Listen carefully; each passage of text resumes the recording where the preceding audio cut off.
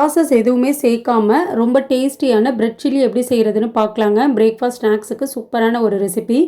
அளவுக்கு பிரெட் துண்டுகள் வந்து எடுத்திருக்கேங்க. இந்த மாதிரி சின்ன சின்ன பீசஸாக கட் பண்ணி எடுத்துக்கலாம்.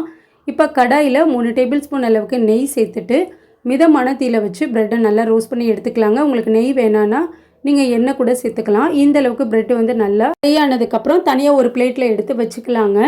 இப்போ அதே கடாயில் 3 டேபிள் ஸ்பூன் எண்ணெய் சேர்த்துட்டு இஞ்சி பூண்டு பேஸ்ட்டு 1 பச்சை மிளகாய் சேர்த்துக்கலாம். 2 பெரிய வெங்காயம் பொடியாக நறுக்கி சேர்த்துக்கலாங்க. கொஞ்சமாக கருவேப்பிலை சேர்த்துட்டு வெங்காயம் நல்லா இந்த அளவுக்கு வதங்கினதுக்கப்புறம் 1 தக்காளி பொடியாக நறுக்கி சேர்த்துக்கோங்க. தக்காளி வதங்குறதுக்கு கொஞ்சமாக உப்பு சேர்த்துட்டு தக்காளி இந்த அளவுக்கு வதங்கினதுக்கப்புறம் 1 குடமிளகாய் சேர்த்துருக்கேங்க.